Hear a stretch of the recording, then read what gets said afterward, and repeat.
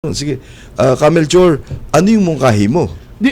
Mahalaga ngayon sa bahagi ng Sa gobyerno. context ng SONA, yung human rights. Ha? Hinahamon natin ngayon si Pangulong BBM na una is tawag dito, gawing priority yung tawag natin pagsasabatas ng Human Rights Protection Human Rights Dependents Protection Bill na nagbibigay ng proteksyon sa mga katulad nating aktivista, sa mga katulad nating advocate na hindi ma-red tag, na hindi maging biktima ng enforced disappearance, na hindi maging biktima ng extrajudicial killing. So yun yung mga problema natin ngayon. Yun yung hamon. Second, of course, dapat mapanagot din yung iba pang mga perpetrator ng tinatawag nating war on drugs. Oo. Medyo parang nakakalusot yun, yung iba. Nakakalusot. So, ang dami niyan. Hindi sasapat na nandudol lang na nililitis lang si Pangulong Duterte sa kaso, pero nasaan yung iba pang mga perpetrator? Yung mga general, mga colonel, down the line, yung nag-implement, di ba? Oo. Yung pangatlo, yun yung hamon naman namin sa ating Pangulo, ay una magdeklara siya na itong mga problema na ito,